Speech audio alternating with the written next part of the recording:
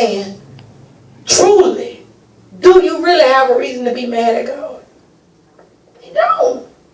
Because we giving him 10 minutes before we go to bed. Think about it.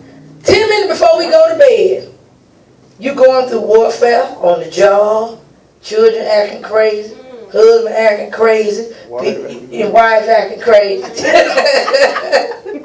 Wife acting crazy. You ain't saying anything to God all day long.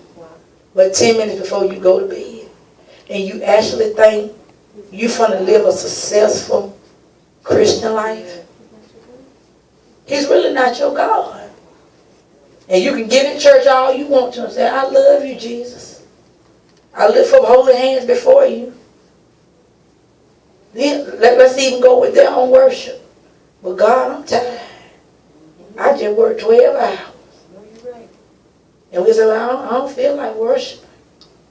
Because that's the first time when we give a testimony. I want to give honor to God, who the head of my life. But during worship, you sat down and had your arm closed.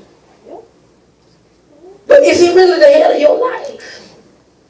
Because if he was really your God and really your king, that means even if I just stood up for 12 hours, he's going to give me some strength to get up and give him honor and give him praise.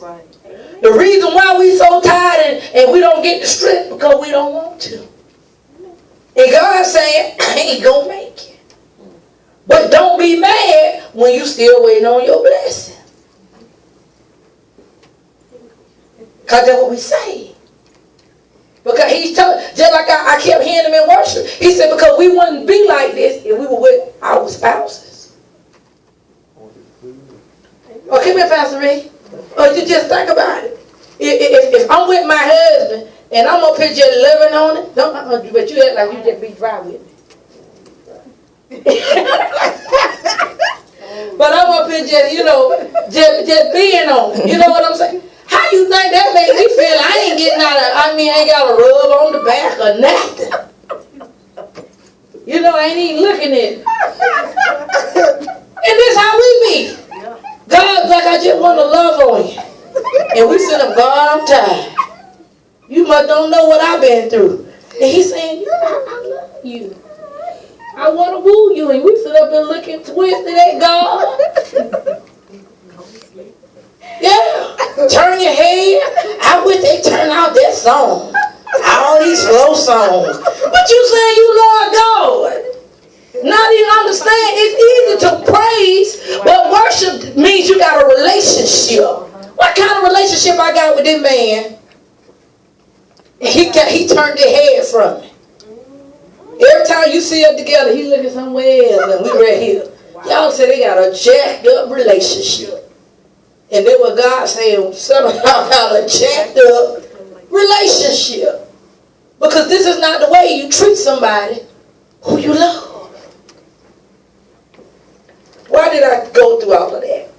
Because we're going to talk about Christ being the perfect sacrifice.